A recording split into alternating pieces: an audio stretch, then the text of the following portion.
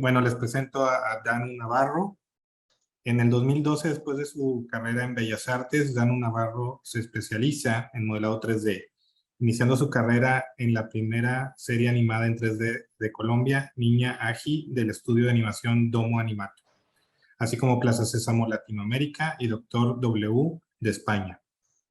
En el 2015 inicia una nueva etapa entrando al mundo de los videojuegos. Cocodrilo Dog le daría la oportunidad de ser el modelador líder del equipo, diseñando personajes y escenarios para los proyectos Beat Boy y Boom Fighters dirigidos a dispositivos móviles. De forma itinerante, Danu es tutor del módulo de personajes cartoon de la escuela española Animum Creativity Advanced School. Actualmente se encuentra trabajando como artista independiente enfocado en modelado 3D y diseño de personajes para diferentes proyectos. Pues bienvenido, Danu. Muchas gracias por la oportunidad de que nos platiques. Igual nada más para contarte un poco, están de todo tipo de carreras de diseño de aquí al CEDIM. A lo mejor la mayoría son de animación porque está sí, armada o presentada por parte de la carrera de animación, pero tenemos alumnos de moda, de gráfico, de industrial, de todo un poco. Entonces, ya son 194 espectadores. Entonces, Ah, bueno, súper. sí, muy bien. Entonces, si quieres, no sé si quieras platicarnos, sí, o como tú me digas. Sí, ya ahí me están viendo, ya empezamos. Muy bien, pues adelante. Listo. Bueno, nada, yo soy Dan Navarro. Digamos, ya les dieron como una pequeña biografía ahí. Actualmente, digamos que no quiero como contarles toda la historia de mi vida, de cómo llegué o cómo llegué a trabajar en esto ya, em, sino que les quiero contar más o menos en lo que estoy actualmente, así que les voy a dar un poco de contexto. Entonces, yo estaba trabajando en el 2016, así como lo dijo él, entré a ser director de arte de C2 Game Studio, ¿no? Entonces ellos lo que hicieron fue simplemente conseguir a alguien para un nuevo juego. Y este juego era para PlayStation y Nintendo. Entonces básicamente para mí era una gran oportunidad porque era como literal mi sueño, ¿no? Entrar a este estudio y digamos tener este cargo para mí fue como algo muy importante porque sentía que de alguna manera iba a desarrollar y a estallar un montón de cosas en mi carrera. Entonces, digamos que pues pasaron, no sé, como que llegué con mucha actitud y con toda la fuerza para lograr, digamos, este juego. Entonces, no sé si han visto, ahorita ya les muestro el tráiler. Este juego nace como un hack and slash, que es básicamente, a mí lo que me dijeron fue como, bueno, va a ser un juego de combate y va a ser un juego de combate con espadas y aventura. Y ya, es básicamente lo que le dicen a uno y haga usted lo que quiera. Entonces empecé a desarrollar este juego. Uno lo primero que hace es buscar referentes. Siempre que empiecen un proyecto, busquen muchos referentes. Y lo que hacía era como imprimir y empapelamos toda la parte del estudio, pues donde estábamos los artistas, de muchísimo arte, para inspirarnos y para ver cómo íbamos a desarrollar este juego. Entonces les voy a mostrar, les voy a compartir pantalla.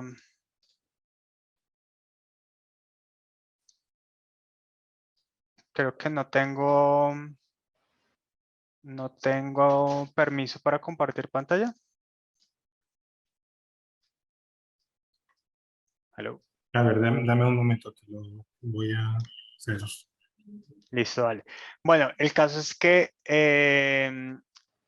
sí, empezamos a desarrollar este juego y pues de alguna manera yo sabía que si lograba terminar este juego y que si lograba salir y digamos, pues tener ventas, como imagínense uno ir a un almacén, a un supermercado o a un lugar donde vendan juegos y ver el juego ahí en el estante, así como la cajita azul o de Nintendo. Entonces, digamos que eso me daba mucha fuerza para poderlo, pues como para meterle toda mi energía y, digamos, enfocarme en hacer algo increíble.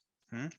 Anteriormente a trabajar en esta empresa, a mí me pasó que me di cuenta de algo que pasaba en la industria de, digamos, de los videojuegos en Latinoamérica. Pues obviamente hablo de mi contexto en Colombia, pero creo que es un fenómeno que pasa mucho en todas las industrias emergentes. Y es que por lo general los estudios de videojuegos siempre los fundan o los dirigen programadores.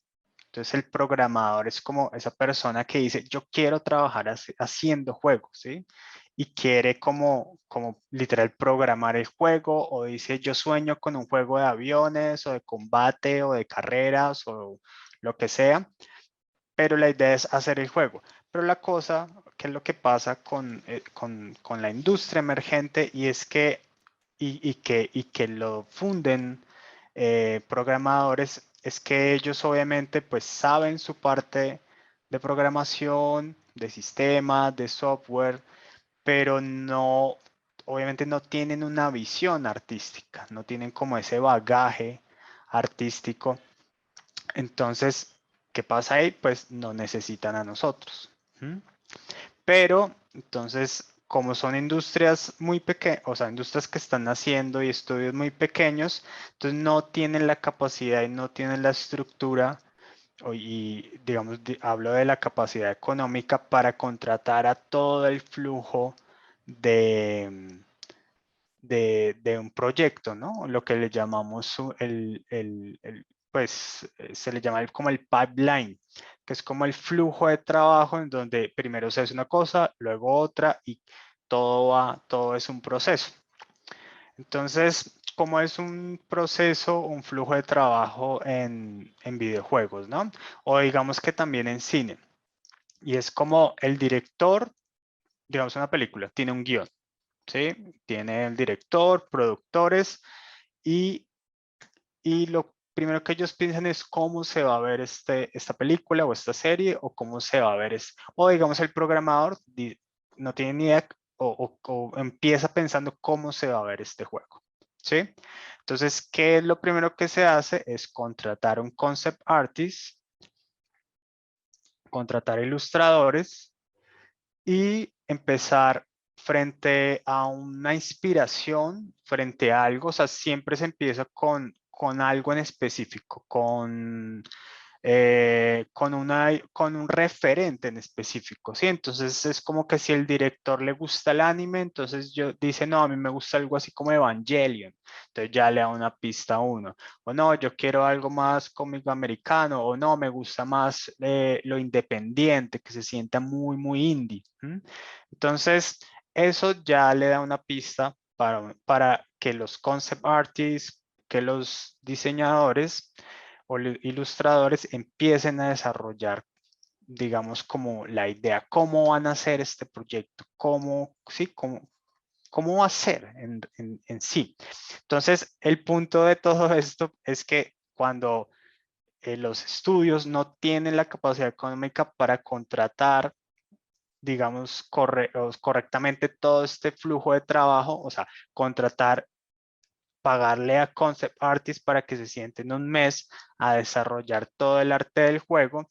Entonces, ¿qué es lo que hacen? Es que simplemente consigámonos, como si es un juego en 3D, entonces consigámonos un par de modeladores y que se pongan a trabajar y ya, y es como, vea, me gusta tal cosa y hágale, ¿sí? Entonces es como que pasa mucho que se sientan los modeladores a trabajar y quizá cada uno está haciendo lo suyo, pero no hay como una guía, no hay como una colección artística o de estilo, ¿sí? Entonces, es muy difícil entrar a un estudio y que haya una figura que sea, digamos, el director de arte que rija cuál es la visión artística del proyecto, ¿sí?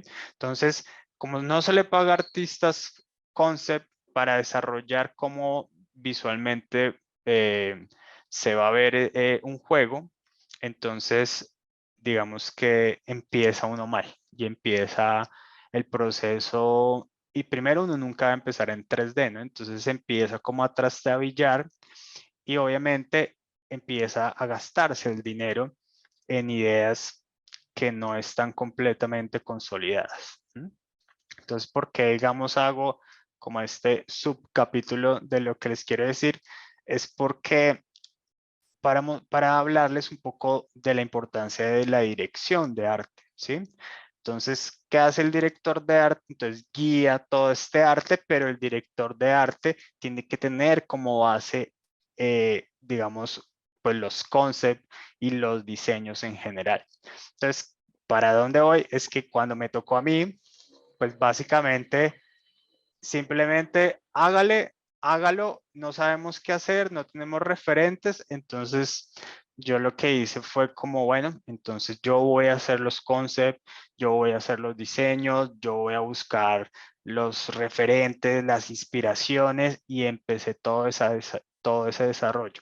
Yo empecé y digamos que mi sueño y mi visión siempre era el diseño de personajes porque pues digamos, desde que soy un niño, muy niño, me han apasionado mucho las figuras y los juguetes. Entonces, para mí tener una pieza, ¿sí? Como, digamos, las tortugas ninjas en los finales de los 80s y los 90s, que uno tenía una pieza en la mano y me encantaba, bueno, eso no es una tortuga, pero es un ejemplo, ¿no? Y es como que me encantaba como descubrir los detalles y el esculpido y todo lo que había detrás y me producía tanta pasión que cuando descubrí el 3D yo dije como esto es increíble, esto es lo que me voy a dedicar. Entonces cuando ya entro a este trabajo me toca un poco dejar como mi sueño y como esa visión de ser diseñador y modelador de personajes para dedicarme, digamos, a toda la parte de diseño de un juego completo, de environment, o sea, de escenarios, de iluminación. Sí, es como, bueno, ya tenemos una idea de cómo va a ser el escenario, ya modelamos unas partes, los metemos en Unreal, que Unreal es el motor de render donde se arma el juego. Y bueno, entonces, ¿quién va a hacer la iluminación? Es como, bueno, pues yo la hago, ¿sí? Entonces me tocó dejar de lado un poco los escenarios y empezar a desarrollar todo esto y pues digamos que fue un reto muy grande empezar desde cero a decir, bueno, yo hago los concepts, ¿no? Yo hago los dibujos. Entonces les voy a mostrar más o menos lo que empecé. Regálenme un segundito. No sé si tengan preguntas hasta ahora.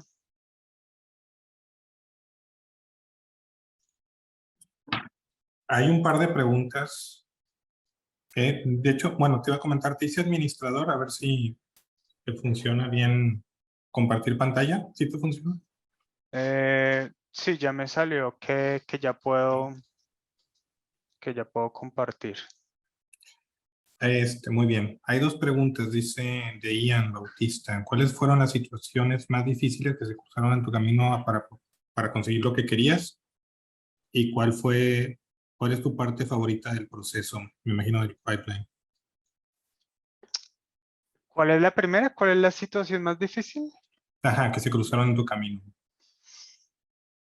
Pues sin duda alguna, la situación más difícil que he tenido que afrontar es trabajar con otras personas, pero más que todo, no simplemente trabajar, sino dirigir y para mí es no sé, como que siendo artista mi naturaleza es como estar muy solo, como que uno se acostumbra a estar solo trabajando, o sea, desde cuando era un niño dibujando o tocando. Entonces, para mí sí fue un reto muy grande, sobre todo, digamos, en este estudio donde les cuento, llegar a ser como líder. Y al principio no lo hice bien porque era para mí muy difícil, o sea, como que, digamos que uno tiene que desarrollar un lenguaje y un trato con las personas, ¿no? O sea, no le puedes decir a alguien como tu trabajo es una porquería, vuélvelo a hacer, o eso es una basura, porque obviamente estás obrando mal y la persona se va a sentir mal y, y pues no vas a tener una buena relación con tus empleados o con tu equipo en general. Entonces, sí me costó mucho, digamos, casi que tienes que ser una buena persona, básicamente. Entonces, me costó mucho como renovarme como persona para aprender a ser un líder más comprensivo digamos, aprender a decir las cosas. Y es que yo vengo de una escuela de artes, digamos, de bellas artes, y digamos que mi universidad literaria era como que era pintura, clase de pintura, y te traían el cuadro. O sea, cada uno traía su cuadro o su dibujo y lo ponía y todo el curso, todas las personas o sea, se paraban al frente y como que te decían, mira, esto está mal acá, no me gusta esto, no me gusta esto, y cada uno súper sincero que te decían como tu trabajo es una porquería, literal. Entonces como que yo crecí como con esa cosa de que si el trabajo es bueno se aplaude, si no, no. O sea, no, para mí, digamos, no es aceptable la mediocridad. O que si de verdad no tienes talento, no deberías estar ahí. Digamos que para mí es como algo real, pero obviamente, pues eso no puede ser la manera en que uno opera un equipo, ¿no? Entonces, a lo largo de todo este tiempo, digamos, aprendí mucho sobre eso y también posteriormente a dar clases. Y los procesos, el proceso que más me gusta, creo que es el render iluminación. Cuando ya uno tiene el personaje listo y uno dice como, sí, ese es, me encanta, y ya le haces la posecita, la mirada, y ya lo estás iluminando y ya estás viendo que ya es la imagen final y uno dice como, "Ah, esto está quedando increíble". Y, y ese momento en donde ya estás finalizando es el que me encanta porque ya ahí uno sabe si va a tener éxito o no, básicamente. Listo, entonces les voy a mostrar como un board, si están viendo ahí. Sí, sí se ve. Listo. Entonces vean que, así como les estaba contando, como que bueno, no hay nadie que haga concept, entonces yo hago concept, ¿sí? Entonces este juego, yo lo pensé como que era, era como, la inspiración era un poco Brave of the Wild, porque era un mundo abierto y era un niño. Pero entonces la idea es que no fuera la Tierra, que fuera otro planeta, porque yo quería jugar mucho con los colores de la naturaleza, o sea, como muy la fórmula de Star Wars, ¿no? Que se vieran dos lunas o un planeta, que el paso no fuera verde, sino rojo, morado. Quería jugar mucho, mucho con eso y al mismo tiempo se llamaba Project Monolith, ¿no? Entonces todo era como monolítico y como con el NISIP así estilo Tron, entonces podía uno jugar con algo, con estructuras tipo un poquito medievales, pero jugando con esos dos estilos eh, retrofuturistas, ¿no? Era algo, sí, digamos que la idea era muy retro. Entonces se volvieron como paisajes muy como esto. ¿Mm? Digamos que esa era mi visión, ¿sí? Como que uno entraba a estos monolitos gigantes y abajo eran los dungeons. Y a su vez también porque, pues, para que fuera fácil de modelar, ¿no? Que era puro ladrillo, pura piedra y espacios muy grandes. Entonces, digamos, este es otro.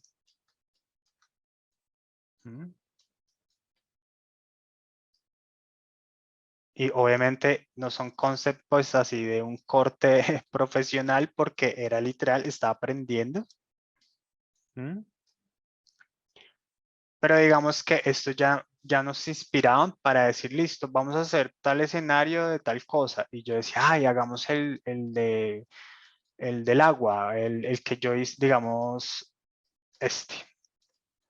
¿Sí? Entonces era un escenario, entonces vean que yo lo que hago, como yo no soy pues dibujante como tal, yo soy muy malo dibujando perspectiva, entonces lo que hacía era una maqueta en 3D,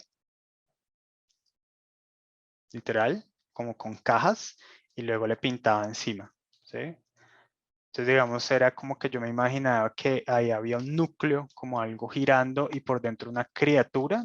Entonces, quizá uno llegaba y activaba unos cristales y revivía la criatura así todo. Ay, se me olvidó. Bueno, la criatura que mata a Superman. Eh, Listo, entonces vean que eran puros espacios así, ¿no? Puros templos y me encantaba como agregarle agua y como con la iluminación. Entonces, digamos que, digamos, todo esto fue como mi desarrollo. Esto ya es el juego como tal, mi desarrollo del juego. Entonces, digamos, este era como un boss final, una habitación final, donde uno se encontraba ahí como una especie de Munra que luego crecía. Esto ya es como diseño de personajes. Aquí tenemos mi idea, digamos, mi idea era como que él se encontrara como unos gauntlets de piedra, ¿no? Entonces como que se movían como las piedras y se cargaba un poco un poco tipo Arcane o algo así, League of Legends, pero de piedra. Y así, entonces, a ver, digamos, estos son unos concepts de como de robots monolíticos también. Entonces yo me imaginaba así como ellos así muertos, pues como apagados, ahí derrumbados. Ah, pues como Atlantis, ¿se acuerdan la película Atlantis de Disney? Que ellos como prendían como unos monolitos, como con unos cristales tal cual. Es que estuvieran ahí y de repente se revivieran con, con la energía de los cristales. ¿Sí? Y digamos, la fauna también tenía que ver mucho con cristales, ¿no? Entonces, vean, esta es una araña que diseñé y va a ser ahí como medio boss. Estos paisajes, estos personajes son como los minions, como los que uno todo el tiempo está derrotando ahí. Cajas sí, como de eso que no les pegue y salen cosas. Este era uno de los villanos. Y digamos que este es uno de los póster finales. Digamos que este se volvió como mi hijo, ¿no? Era como que yo trabajaba muchísimo y además que trabajaba solo con un modelador, entonces yo diseñaba todo, pero al diseñar los concepts ya de una vez diseñaba las maquetas, entonces uno lo que hace es como desarrollar como un set de piezas con el que con solo un muro, una columna, una plaqueta para el suelo y una plaqueta para el techo, ya armes todo un dungeon entero. Entonces, entonces ya esto me servía el 3D, se lo pasaba a un modelador para que trabajara y pues yo también al mismo tiempo, pues cuando ya tenemos el set piece de piezas, bueno, no, eso es una redundancia, cuando teníamos el set piece ya podíamos salvar los escenarios en un real, ¿sí? Eh, entonces, sí, digamos que básicamente, digamos, eso fue todo un trabajo que desarrollé por 5 años. Entonces les voy a mostrar ya les voy a mostrar videos, algunos videos de cómo quedan los escenarios ya al final. Entonces vean, digamos el desierto. No sé si es, ya les voy a mostrar. No sé si transmita sonido. ¿Ustedes escuchan ahí? ¿Se escuchan? Creo que no. Creo que hay que presionar en compartir sonido o algo así. Espera, a ver. ¿Sí, todo se está escuchando bien y viendo bien? Sí, tú platicando todo bien. Nada Ah, más es cuando compartías la pantalla.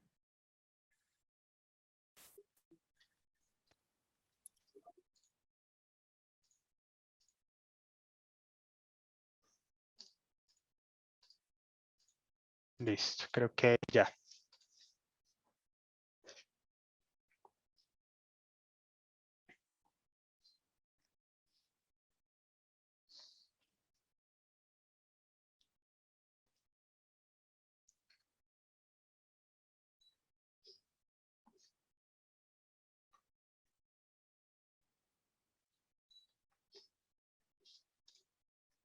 Bueno, digamos, eso era un combate, pero es que quiero que vean, es como todo el diseño de escenario. Entonces yo en un Real armaba todo esto.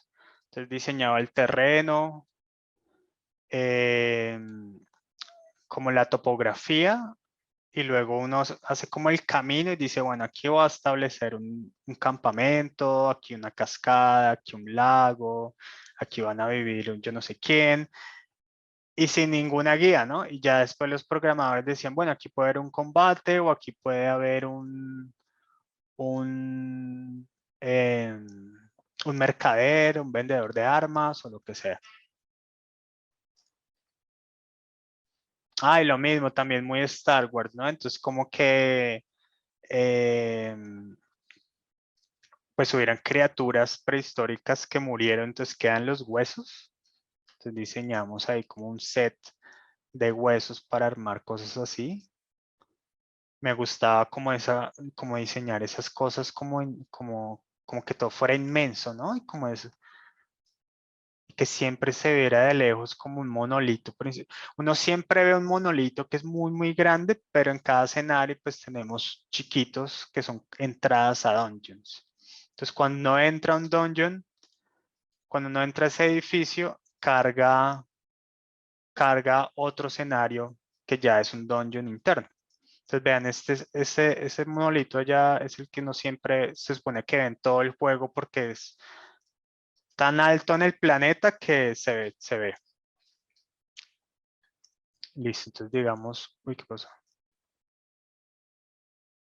Ah, ya. Listo, entonces les voy a mostrar hielo, mundo de hielo. Em,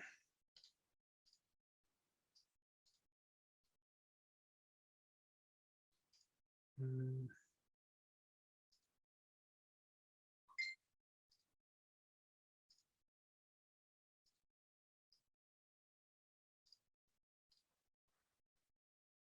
Ahí están viendo Sí, el video, sí, ya se ve ¿sí? el video. Listo. Esperen, cierro estas cosas. Listo, entonces este fue como un mundo de hielo. Este fue creo que uno de los últimos que armé, que diseñé y armé.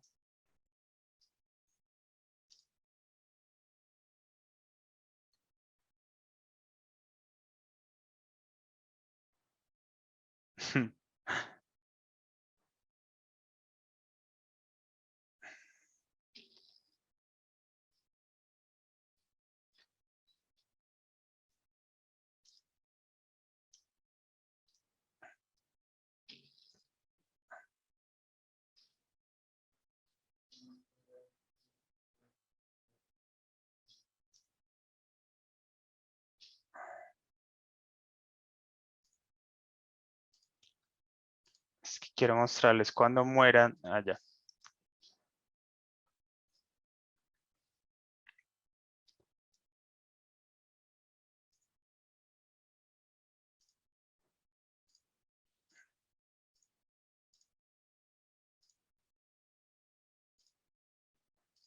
Bueno, yo ya veo este, ya siento que no es tan chévere porque ya es como medio, se siente muy precario en las texturas. Vean, eso era lo que les decía, que era como que quería que la vegetación fuera como distintos tonos, como si ustedes ven mis personajes y mis diseños, utilizo muchos morados, muchos magentas, anaranjados, entonces siempre intentaba como lograr ese tipo de cosas.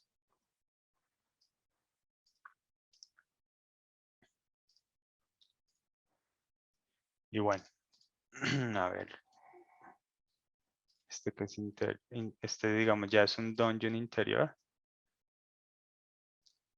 que es como que casi todo es dentro de cuevas y sobre el agua.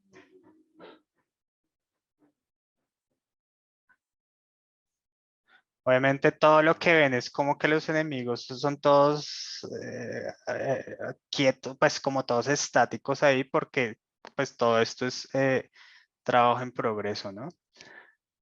Entonces siempre uno le llama como un placeholder, como que listo, pongamos ahí el personaje, el villano, así no sé, así no tengo las animaciones correctas, porque ya al menos podemos establecer dónde va a estar y uno va probando, ¿no? Entonces todo el tiempo uno es jugando a ver cómo se siente.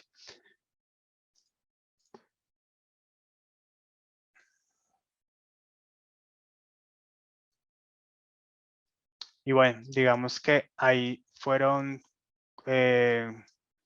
4 años de mi vida invertidos en eso.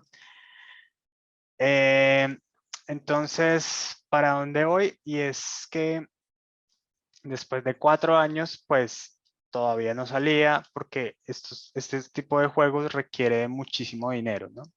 Entonces, básicamente, pues siempre era como, estamos esperando al publisher. El publisher es el que publica, ¿no? Como cuando los artistas firmaban con Sony, como que, es que firmamos con Sony, nos va a vender los discos, es tal cual en los videojuegos. Uno hace el videojuego y busca como el quién nos va a distribuir el juego. Sí, eh, quién lo va a montar, quién va a gestionar las ganancias y todo eso, y digamos que él lo tiene que financiar.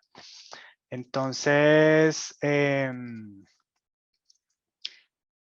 pues pasaron 4 años y decidí como dejar a mi hijo, que le había invertido tanto trabajo, porque pues ya era como otro escenario, otro escenario, otro escenario y otro escenario, pero en realidad ya pues no había para dónde ir. O sea, ya siempre piensen que cuando se sientan cómodos haciendo algo o diciendo algo en una actividad de trabajo, cuando ustedes sientan que ya no están aprendiendo nada, simplemente cambien, porque no hay nada peor para un artista o para un diseñador que encontrar una zona de confort.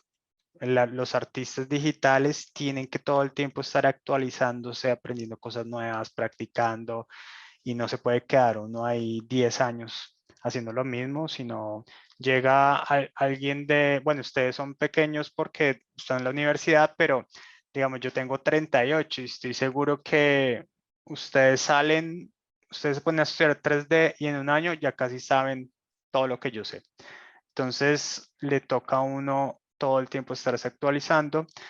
Y también me picaba mucho como el cuento de los escenarios, de los personajes, de producir personajes, de seguir con mis personajes. Entonces decidí renunciar al estudio, dejar a mi bebé, mi proyecto.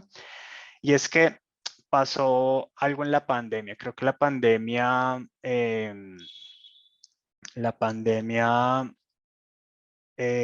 digamos que ocasionó muchas cosas en muchas personas, y una de esas fui yo. Y es que, claro, em, a ver, ahí están viendo mi ArtStation, ¿cierto?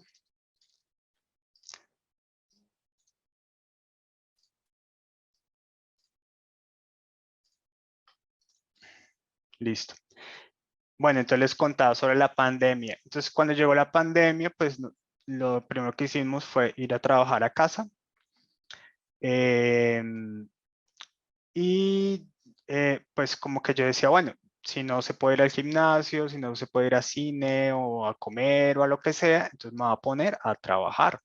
Y como yo solo hacía escenario, entonces dije, voy a volver con los personajes, a practicar, como que tenía muchas ganas. Y al mismo tiempo, como cuando uno trabaja en un estudio, no puede montar nada en redes sociales, no puede mostrar su trabajo. Entonces, digamos, todo lo que les acabo de mostrar es como que no se lo podía mostrar a nadie. Era como, pues como despido inmediato. Entonces también se frustra uno de trabajar tantos años en algo y no poder mostrar nada. Lo único que había podido mostrar era, digamos, el póster, como que ya empezamos a sacar publicidad, y el tráiler, que de hecho no les he mostrado el tráiler. A ver, se los muestro.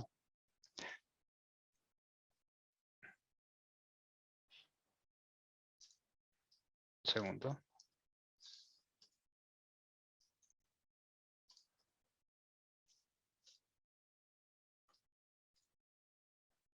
Listo.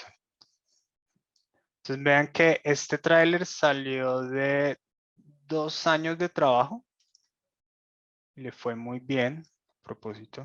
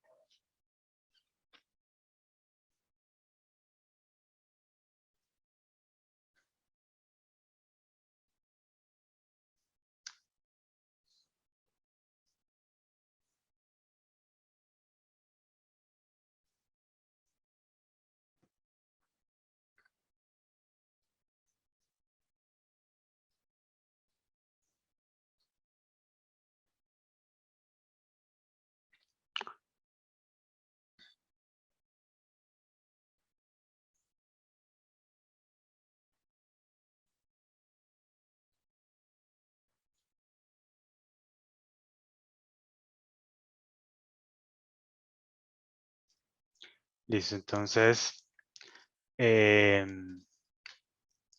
eso fue lo único que podía mostrar, aunque de hecho le fue muy, muy bien. Ahí me invitaron en Bogotá, pues en Colombia, yo soy de Colombia, en Bogotá hacen un festival que se llama el SIGGRAPH, y es como que traen gente de los mejores estudios de Disney, de Pixar, de DreamWorks a dar conferencias, y le dejan a uno como un pabellón, como un sitio para conferencistas nacionales, y gracias a ese tráiler me invitaron a dar una conferencia frente a, no sé, 3.000 personas o más, y digamos que fue una experiencia increíble. Entonces, ahí todavía tenía fe, ahí todavía era como que sí, lo vamos a lograr. Pero bueno, entonces estamos hablando de la pandemia, y como yo digo, bueno, ya que no se puede hacer nada, me voy a poner a trabajar. Entonces dije, bueno, pues hagámonos un busto. Yo quería simplemente hacer un bustico como para practicar. Y terminó siendo este Batman.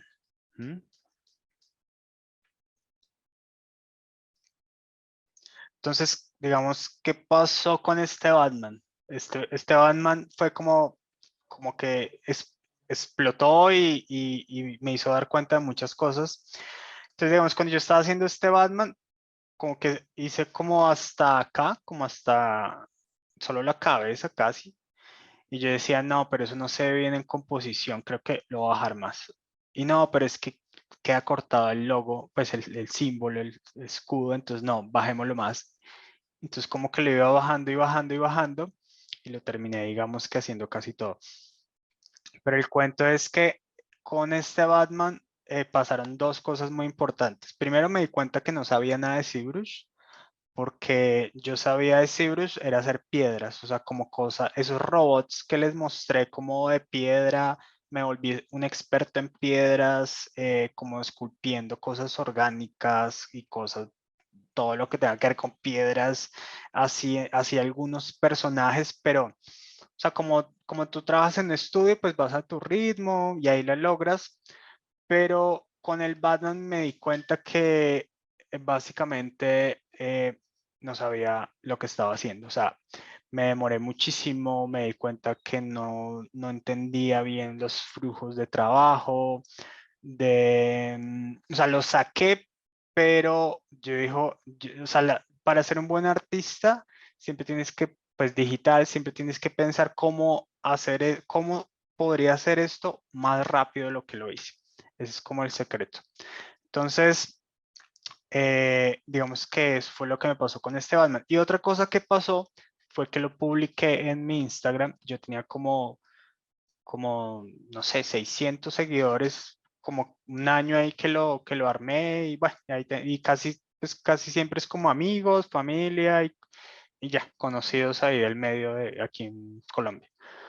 Entonces lo publiqué y de repente fue como un hit, ¿no? Como un fenómeno. Entonces, no sé, en 2 días tuve 2000 seguidores, o se me subió a 2000 seguidores, empezaron a publicarlo en esos perfiles de 3D donde publican como los mejores trabajos y fue como, wow, o sea, como que se me había olvidado lo que era ser un personaje chévere y que le gustara a la gente y que la gente lo apreciara y me empezó como, uy, bueno.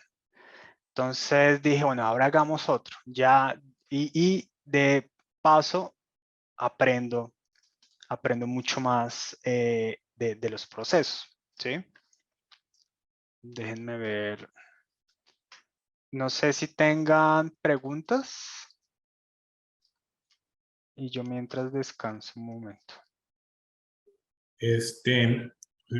Hay varias preguntas.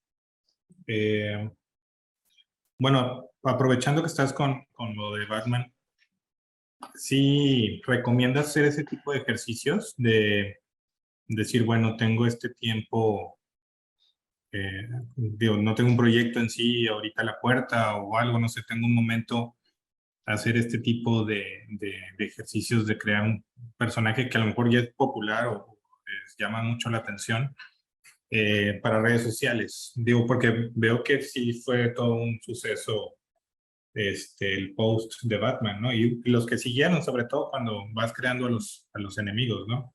Ujú. Sí, pues de hecho es como la mejor idea que puedas tener es hacer cosas ya conocidas, porque es que son dos cosas, o sea, tu trabajo, tu estilo, tu visión, más digamos, la fama del personaje y el éxito que ya tiene el público. Porque entonces cuando vemos un personaje que nos gusta mucho o algo de nuestra infancia, nos produce cosas, ¿no? Nos produce sentimientos, nostalgia. Y entonces esas dos cosas fusionadas hacen que tu trabajo tenga más éxito. Básicamente eso. Sí, es como cuando uno ve La Máscara, ¿no? Entonces como, ay, sí, La Máscara. Y es como, claro, y uno se acuerda de Jim Carrey, como todo ese tipo de cosas. Entonces, por supuesto, o sea, si quieres que algo sea más viral, si quieres que tenga más éxito, pues haz cosas conocidas. ¿Mm? Eh, y además otra cosa que pasa mucho y es que una cosa es saber modelar, saber esculpir y otra cosa es saber diseñar personajes. Entonces, he visto mucha gente que se pone a diseñar, o sea, como que diseña su propio personaje y quizá el diseño pues sea muy malo, ¿sí? Entonces, así seas muy bueno, no se va a ver bien y tu trabajo va a ser simplemente ignorado. Entonces, yo sí apoyo totalmente. Digamos, este Alien, yo lo diseñé completamente. Me inspiré había una película, eh, se me olvidó el nombre, bueno, que es como, no, se me olvidó. Pero bueno, el caso, o sea, hay como un personaje que es como de gelatina, que tiene un ojo, es La como de que, monstruos contra aliens, ¿no? Algo así. sí, Alien versus Monster, esa. Me inspiré mucho en eso y digamos que lo diseñé, esto lo diseñé para un tutorial. Entonces me inspiré en eso, en cosas de Pixar, como que todo lo que tuviera relacionado con aliens, pulpos, con un ojo. Entonces dije, bueno, va a ser un marciano, ¿no? Entonces ahí le puse como el loguito. Y digamos, con este me fue muy bien, pero otra cosa es cuando haces un personaje conocido, es otra cosa. Entonces, el cuento es que después de que hice el Batman, dije, no, voy a seguir practicando y sobre todo rostros, quiero cogerle muy bien el tiro a eso. Entonces ahí desarrollé, me puse a hacer el ejercicio. Ah, no, mentiras. Entonces ahí dije, voy a hacer un personaje completo y ahí fue que hice el Hulk. ¿Mm? Y lo mismo, entonces digamos que ahí pulí muchísimo el workflow, muchísimo. Em, le trabajé bastante y también lo lancé y fue un hit, tanto que el mismo ArtStation lo publicó, o sea, en su Facebook, en Instagram, en LinkedIn. Entonces, claro, entonces llega el Batman, el Hulk y empieza la tensión. Y de hecho a mí cada tanto me llegaban ofertas de trabajo cuando yo estaba trabajando en el estudio, pero con esto, entonces ya me escribían de Instagram, de todo lado, oye, Tino, y yo no puedo. No, o sea, llevaba 4 años diciéndole que no a todo el mundo y luego llegó esto y yo no puedo, no tengo tiempo, no. Y en el estudio, de hecho, yo no ganaba muy bien, o sea, ganaba apenas. Apenas o sea, para mí era apenas en ese momento, pero ahora yo lo veo como que ganaba muy poquito. Entonces empezó esto y como que sentí esa tensión, las ofertas de trabajo y ahí fue que dije como no, o sea, yo me estoy desperdiciando y me volvió como no sé, esa sensación de yo quiero ser, o sea, yo siempre he tenido esa visión del artista, o digamos que mi sueño, mi visión como artista es ser muy bueno en algo y ser reconocido por eso, ¿sí? Y que de alguna manera lo que tú haces es como, ese es el Batman de Ano, ese es el Hulk de Ano, ese es y como que entonces, esa visión la había dejado un poco de lado y ya se había vuelto como, no, yo soy director de arte, de aquí paso otro juego y luego me voy a otro país y hago otro juego y ta. Pero o sea, esta visión del artista enfocado en algo me gusta mucho y se unió con otra cosa y es que ya estaba un poco cansado de lo que les contaba al principio, como esa dinámica de equipo, de las discusiones, no sé, de todas las cosas que puedan pasar cuando trabajas o estás junto con alguien mucho tiempo, como en una relación, ¿sí? No es igual cuando empiezas a salir con tu chica que a los 4 años. Entonces, simplemente dije un día, no más. Y pasé por otros 2 estudios porque obviamente tomar la decisión era muy difícil para mí por económicamente, porque yo decía, ¿de qué voy a vivir? Dios mío, me va a morir de hambre. Entonces, fue como muy difícil, o sea, como que casi que renuncié, ya tenía otro trabajo en un estudio, pero ya no era director, ni de lead, ni de nada, sino como artista raso. Y entonces yo llegué a trabajar con pelados pues con chicos de 18, 20 años, que los ponían todos los días a látigo a hacer personajes y cosas. Y obviamente yo ya no doy ese ritmo. O sea, yo trabajo rápido, pero también trabajo a mi ritmo y si quiero hacer algo muy chévere, pues me tomo el tiempo, pero yo haciendo cosas así como que me sentía como de esos chinos que uno ve como que ensamblando muñecas, como que va la banda y pasa un cuerpo y cabeza y cabeza y todo el día así, yo no puedo con esto. Y bueno, entonces ya dije, eso fue como la gota que derramó el vaso y simplemente me independicé y seguí haciendo personajes, montándolos y ahí voy. Y desde que renuncié hasta ahorita no hay un día que no tenga trabajo o una oferta de trabajo. Entonces, Básicamente, toda esta historia que les conté es para explicarles por qué ahora soy, digamos, un artista independiente dedicado a personajes, ¿sí? Entonces, mi enfoque ahora es como llegarle a esa gente, o sea, como que mi ideal de trabajo es como que alguien diga, me encanta el trabajo que hace él y quiero que él me diseñe un personaje a mí con su visión. Casi que nunca, casi nunca, nunca, o sea, el 98% de las veces nunca me pasan diseños ni nada, simplemente es como hazlo tú, diseñalo tú, así como tú. Y pues sí, ha sido como una experiencia increíble y además económicamente también. Una cosa es ganar en Colombia en pesos colombianos y 8 horas diarias y otra cosa es ya cobrar en dólares, ¿no? Entonces no sé si tengan preguntas ahí mientras.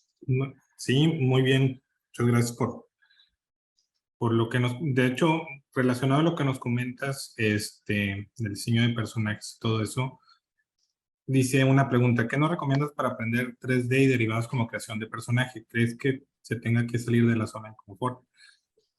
Este, yo también te iba a comentar algo así. Muchos crean personajes en 3D como fotorrealistas o ese tipo de cosas. Y por lo que veo, tu diseño está muy padre, muy interesante la figura, la simplicidad, por decirlo así, pero la verdad es que está mucho más difícil hacerlo así de simple. Ciertas líneas, ciertos cambios en el personaje. Eh, ¿Qué les recomiendas a los alumnos para que crean algo así? Bueno, pues digamos, les voy a contar una mini historia. Es que cuando yo empecé a estudiar 3D, yo hice un diplomado como de 3 meses.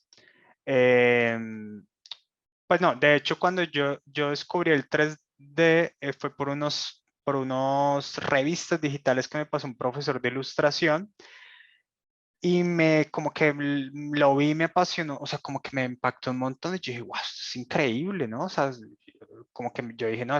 Entonces, a partir de eso, pasó como un año, casi dos, y yo, pero no veía dónde estudiar. En esa época todavía no es como YouTube ahora que tú pones 3D y te salen 18.000 cursos, sino que literal era dónde estudio, quién me enseña esto. Entonces, cuando yo empecé a estudiar, yo tenía la visión como esa cosa del cine, ¿no? Yo no me veía tanto como Pixar o como cosas cartoon, sino que yo lo veía era como por Terminator y como que, uy, el T-1000 y como los efectos visuales como tal. Entonces, yo hasta cuando fui a averiguar el curso, yo le dije al man como, venga, yo podría hacer cosas hiperrealistas, como que yo no sé por qué estaba obsesionado con lograr rostros realistas. Y cuando empecé a estudiar, bueno, primero hicimos como un ejercicio, como de superficies duras, una nave, y luego ya toca hacer un personaje, y luego ya como una cabeza realista, como un busto, y luego un personaje ya cartoon, ¿no? Entonces, claro, el busto, pues obviamente uno el primer busto realista no le sale a uno ni abate, o sea, eso se ve horrible, terrible. Me acuerdo que estaba haciendo como un autorretrato, como yo dije, no, pues qué mejor referente que yo, porque me puedo dar un espejo y analizar y bueno, pero eso era horrible, eso es una porquería. En cambio, luego, entonces, bueno, hagan un personaje animado. Y entonces, obviamente, yo dije, voy a hacer un Batman. Entonces, de hecho, aquí lo tenía listo para mostrárselos. Entonces, vean que este fue el primer personaje que yo hice. ¿Sí? Obviamente no me salió así al principio, ¿no? O sea, igual fue Creo como que, creo que se ve todavía ArtStation, perdón. Artstation. Eh, vean. O sea, como que lo empecé en el curso, así como en pose P, porque no sabía cómo posarlo ni nada de eso. Y luego ya como los mesecitos ya iba aprendiendo más y le hice rig y le puse así la capa. Entonces, claro, yo montaba ese ejercicio de hacer el rostro y eso era una cosa horrible, pero cuando yo monté esto, fue como que la gente, uy, eso está increíble, uy, eso está muy bueno, uy, uy. Y luego hice como yo tenía un tutorial de modo de hacer como una cabeza parecía como Violeta de Los Increíbles. Y me la hice y también la montaba y la gente, oiga, porque claro, se parecía un poquito a Pixar. Entonces fue como que yo dije, no, o sea, yo qué estoy haciendo como con esa idea del hiperrealismo, yo me tengo que ir es por el cartoon.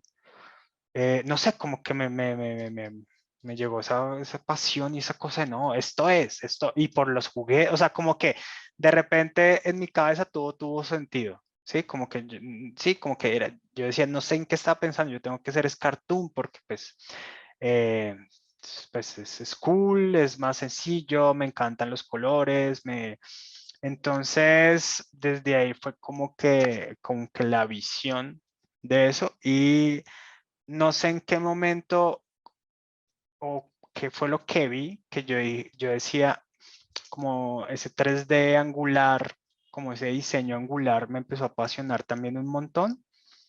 Y porque también se me hacía como muy figura de acción. Entonces también dije como, y además que también tenía relación pues con Batman y con la serie animada y por el primer ejercicio que había hecho. Entonces fue como que, oiga, ese puede ser mi estilo y como que uno va. Obviamente no tan obvio como lo estoy diciendo, sino que con el tiempo y así trabajando y haciendo, ya uno dice como, oiga, sí, este es mi estilo. ¿Cuál era la pregunta? No, sí, así como estás Sí, o sea, comentando. era esa, pero luego venía otra, ¿no? Que sí, ¿qué recomiendas más o menos para aprender creación de personajes o salir de la zona de confort? Bueno, creo que lo de zona de confort ya lo manejaste, Sí, pero más que nada, ¿qué recomiendas para aprender? Pues los cursos en YouTube, ¿no? O bueno, eh, para aprender a hacer personajes, pues, no sé, o sea, simplemente bájense o sea, mi recomendación es simplemente piensen en un personaje que les guste mucho. Como yo amo a Superman, entonces voy a hacerme un Superman, o yo amo las tortugas ninjas y voy a hacerme una tortuga ninja, y dicen, me voy a hacer una tortuga ninja. Y entonces lo que uno tiene que hacer es pues, o sea, me refiero cuando ya están estudiando 3D. Entonces, siéntense a lograr esa tortuga ninja, ¿sí? O a lograr ese Superman y hasta que les salga bien. Si no saben nada o si están aprendiendo desde cero, entonces, ¿qué hay que hacer? Pues, bueno, estudiar. Primero tenemos que aprender un programa de esculpido. Entonces, ZBrush es el mejor. Entonces, hay que aprender ZBrush. Y necesitamos un programa para hacer retopología, o sea, para aprender a modelar, porque es que la gente no entiende la diferencia entre esculpir y modelar. Son cosas completamente diferentes, pero las dos son esenciales para un artista 3D. Ahorita ya hablo de eso. Entonces, necesitamos un programa para modelar. Entonces, ahí está Maya y está Blender. Esas son mis dos recomendaciones, no se salgan de ahí. Si ustedes sueñan con trabajar en películas animadas, en Hollywood, pues, o sea, Disney, DreamWorks, Pixar, Netflix, lo que sea, tienen que aprender Maya. No hay punto de discusión. No, que es que Blender, no, que ya lo están utilizando y que yo no sé qué. Sí, puede ser que en 20 años ya algunos estudios estén full con Blender, pero si ustedes aplican ya a cualquiera de los grandes estudios o a cualquiera de los estudios que son subsidiarias de estos grandes estudios como Icon y como muchísimos que hay en Canadá, todo es Maya. O sea, ustedes no se imaginan todos los trabajos y oportunidades que hubieran cambiado mi vida completamente por no haber aprendido Maya. Es absurdo todo el trabajo que he perdido desde el principio no haber aprendido Maya.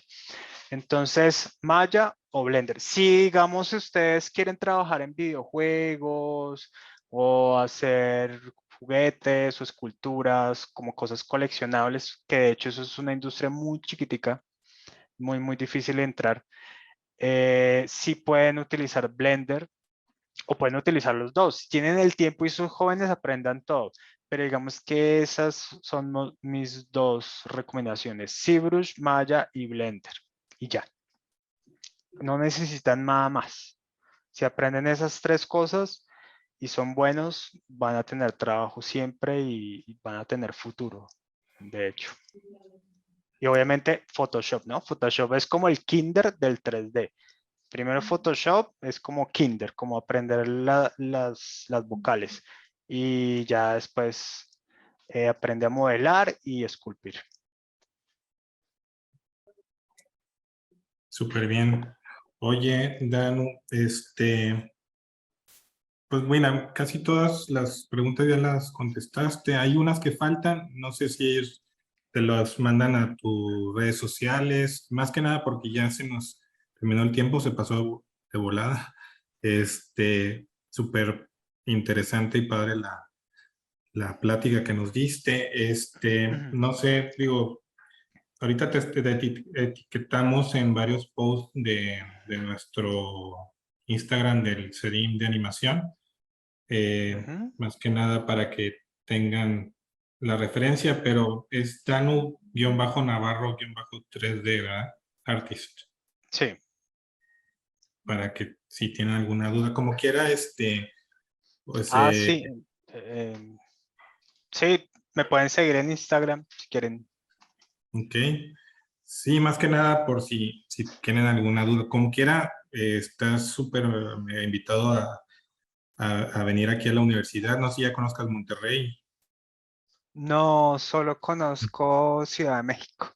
Ah, ya. Bueno, ya toca que vengas a visitarnos aquí Algún ya, día voy. que sea así presencial, y nos organizamos para que puedas platicar pues con más tiempo y todo. Digo, muchas gracias por esta hora. Este, yo estaba emocionado con con todos los modelos, pero sí, muchas gracias por aportar tu conocimiento, tu experiencia y estar al pendiente para estar trabajando en algún proyecto o algo aquí con el CEDIM, invitarte y a ver qué más se puede hacer con estudiantes. Vale, vale. Muchas gracias por la invitación. Espero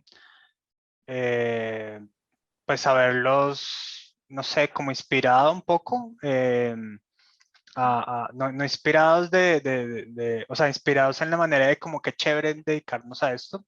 Entonces, sí, o sea, mi mensaje es que si se sientan, y además que si son, o sea, imagínense, yo aprendí a los 28 años esto. Si ustedes Ya. tienen 20 años y tienen tiempo, siéntense a estudiar con YouTube o páguense en un curso y ya después todo fluye. Ok. Sí, súper bien. Pues muchas gracias nuevamente y gracias a todos los que estuvieron en la sesión, más de 200 personas. Entonces, pues muchas gracias, Danu, y esperamos volver a platicar. Ojalá sea en vivo aquí en la universidad. Vale, listo. Entonces, adiós. Estamos Gracias, hablando. muchas gracias. Gracias a todos. Bye.